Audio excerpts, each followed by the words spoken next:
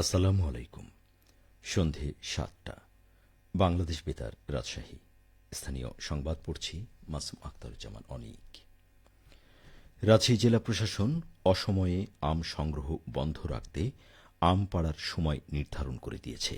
ভোক্তা পর্যায়ে মানসম্মত ও পরিপক্ক আম নিশ্চিত করতে ম্যাঙ্গো ক্যালেন্ডার প্রকাশ করেন জেলা প্রশাসক। এ নিয়ে শুনুন আমাদের রাজশাহী জেলা সংবাদদাতার প্রতিবেদন।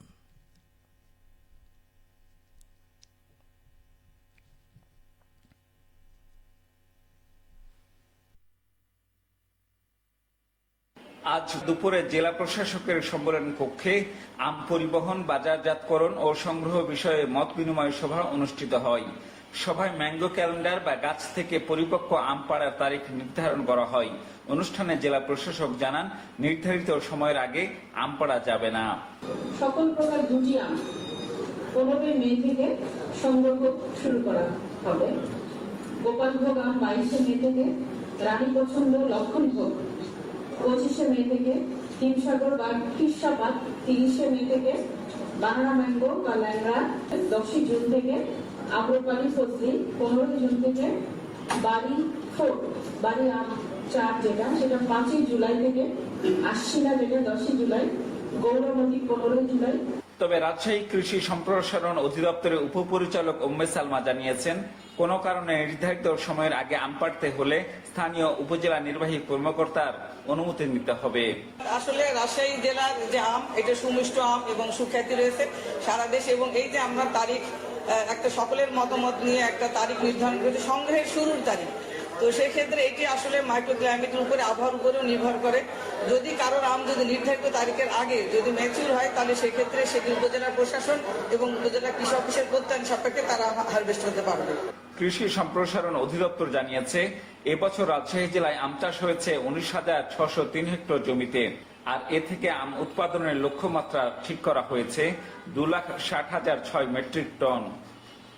জিয়াউল গনি সেলিম, জেলার সংবাদদাতা, বাংলাদেশ বেতার, রাজশাহী।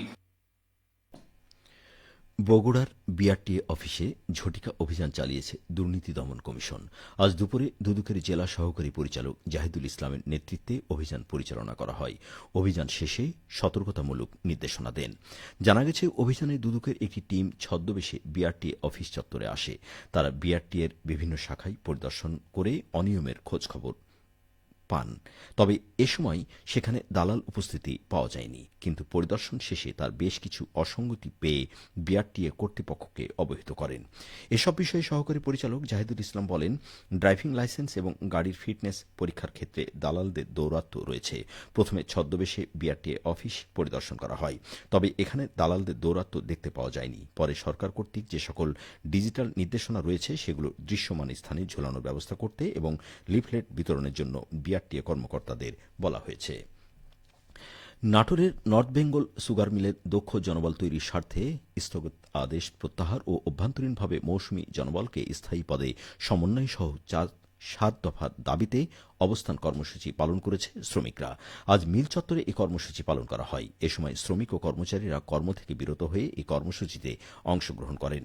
মিলের ব্যবস্থাপনা পরিচালক মোহাম্মদ ফরিদ হোসেন ভূঁইয়া শ্রমিকদের দাবিসমূহ সদর দপ্তরে প্রেরণের আশ্বাস প্রদান করলে শ্রমিক ও কর্মচারীরা 15 দিনের জন্য কর্মসূচি স্থগিত করেন। এর আগে শ্রমিক ও কর্মচারী ইউনিয়নের নেতাদের সাথে 2 ঘণ্টাব্যাপী বৈঠক করেন মিলের ব্যবস্থাপনা পরিচালক।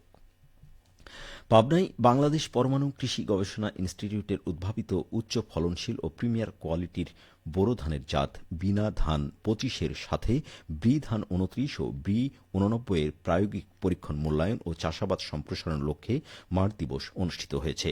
আজ বিকেলে চাটমোহর উপজেলার মথুরাপুর এলাকায় চাটমোহর কৃষি সম্প্রসারণ অধিদপ্তরের সহযোগিতায় এ দিবস অনুষ্ঠিত হয়। অনুষ্ঠানে উদ্ভাবিত ধানের উদ্দেশ্য, জাতের পরিচিতি ও বৈশিষ্ট্য, চাষাবাদ পদ্ধতি, সার, সেচ ব্যবস্থাপনা, আগাছা দমন, রোগবালাই ও পোকামাকড় দমন সহ নানা বিষয়ে অবহিত করা হয়। পাবনায় ঈশ্বরদীস্থ বিনা উপকেন্দ্রের ভারপ্রাপ্ত কর্মকর্তা ও পিএসও মোহাম্মদ ফেরদৌস ইকবালের সভাপতিত্বে প্রধান অতিথির বক্তব্য রাখেন বিনা ময়মনসিংহের মহাপরিচালক ড মোহাম্মদ আবুল কালাম আজাদ। বিশেষ অতিথির বক্তব্য রাখেন বিনার গবেষণা কার্যক্রম শক্তিশালীকরণ প্রকল্পের প্রকল্প পরিচালক ড মোহাম্মদ মাহবুবুল আলম তরফদার। উপ প্রকল্প পরিচালক ড মোহাম্মদ আশিকুর রহমান এবং চাটমোহর উপজেলা কৃষি অফিসার জসিম উদ্দিন। পরে অতিথিরা বোরো ধানের উদ্ভাবিত জাতের চাষাবাদ জমি পরিদর্শন করেন এবং কৃষকদের সঙ্গে কথা বলেন। সবশেষে আবহাওয়া। আজ রাজশাহীতে সর্বোচ্চ তাপমাত্রা ছিল ৩৫.৮ ডিগ্রি এবং সর্বনিম্ন ২৩.৫ ডিগ্রি সেলসিয়াস। সন্ধ্যে ৬টায় বাতাসে আপেক্ষিক আর্দ্রতার পরিমাণ ছিল ৬৬%। রাজশাহী পার্শ্ববর্তী এলাকায় আগামীকাল সূর্যোদয় ভোর ৫টা ২৫ মিনিটে। সংবাদ শেষ হল। আমাদের পরবর্তী স্থানীয় সংবাদ প্রচারিত হবে আগামীকাল সকাল ৮টা ১০ মিনিটে।